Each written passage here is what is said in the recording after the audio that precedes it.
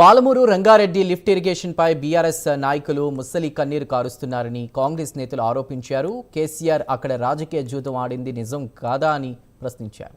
పాలమూరు రంగారెడ్డి ప్రాజెక్టులో తాము 10% కమిషన్ తీసుకున్నామంటున్నారు. దీనిపై చర్చకు సిద్ధమా అని సవాల్ విసిరారు. మీరు పాదయాత్ర చేసి పొల్లు దండాలు పెట్టినా అధికారంలోకి రాలేరని కాంగ్రెస్ నాయకులు అన్నారు. పాలమూరులో ప్రెస్ మీట్ పెట్టి పాలమూరు రంగారెడ్డి మీద, డిండి మీద, ఆ ప్రాజెక్ట్స్ మీద కొంతమంది మాజీ మంత్రులు, వాళ్ళు ఎట్లాంటి మాజీ మంత్రులు అంటే వాళ్ళ కుటుంబం నుంచి మొన్నటి వరకు వాళ్ళతో పాటు పవర్లో ఉండి ఈ మధ్యలోనే బయటకు వచ్చి మామ్నార్కు, వనపర్తికి, అసలు ఉమ్మడి మామ్నార్ జిల్లా తిరిగి వీళ్ళందరికీ ఇప్పుడు ఓడిపోయిన మాజీ మినిస్టర్లకు అందరికీ వీళ్ళకి ప్రజల్లో తిరిగే నైతిక హక్కు లేదు.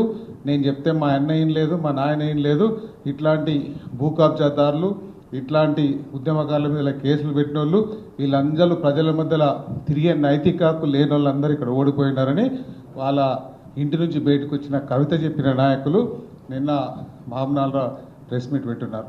సో వాళ్ళందరికీ ఇప్పటిదాకా మా గౌరవ సివి శ్రీనివాసరెడ్డి గారు, మసూదన్ రెడ్డి గారు, మా రాజేష్ రెడ్డి గారు, మేమందరం కలిపి ఈరోజు ఆ ప్రెస్ మీట్ పెట్టడానికి ఇక్కడ వచ్చిన్నాం. వాళ్ళకు మీకు అందరికి ప్రత్యేకంగా ధన్యవాదాలు తెలియజేసుకుంటూ, పాలమూరు రంగారెడ్డికి సంబంధించి మన ఇప్పటిదాకా జిఎంఆర్ గారు చెప్పినట్లు కర్వేన దగ్గర స్టార్ట్ చేసినప్పుడు ఆయన అప్పుడున్న ముఖ్యమంత్రి, నేను పూర్తి చేయండి, గెస్ట్ హౌస్ కట్టండి, నేను చాలా తొందరగా కంప్లీట్ చేస్తాను, మొట్టమొదటి కాళేశ్వరం కంటే ముందు మన పాలమూరు రంగారెడ్డి ప్రాజెక్టును ఆయన ఫౌండేషన్ వేస్తున్నారు.